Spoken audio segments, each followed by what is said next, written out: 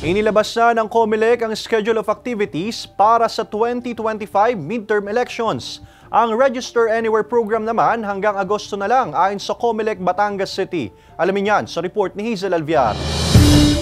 Nagpapatuloy ang registration activities ng COMELEC Batangas City. Sa isang mall sa lungsod, naroon ang Register Anywhere program. Ang butanteng si Eliza, sinamantalang maluwag na oras niya ngayong araw para magpalipat ng rehistro. Sa Quezon City sa Manila daw siya huling bumoto, pero dahil lumipat na ng tirahan, nais na rin niyang magpa-transfer of voter registration. Tapos na yung yung trabaho ko doon. Dito na mananatili na lang, sariling negosyo konti.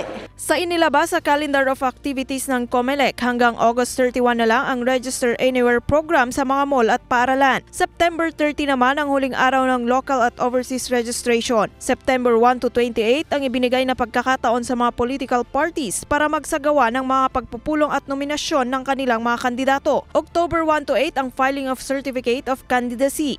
Remember, material po, marami ng prohibition, maraming bawal, sundin po natin ang mga protocol ng komisyon. January 12, 2025 hanggang June 11, 2025, iiral ang election period. February 11, 2025 hanggang May 10, 2025 ang campaign period para sa mga kandidato ng senador at party list, habang March 28 hanggang May 10, 2025 naman para sa mga local candidates. May 12, 2025 ang election day. Payo ng COMELEC, samantalahin na ng publiko ang Register Anywhere program para hindi na kailangan magtungo sa kanilang lugar para makapagrehistro.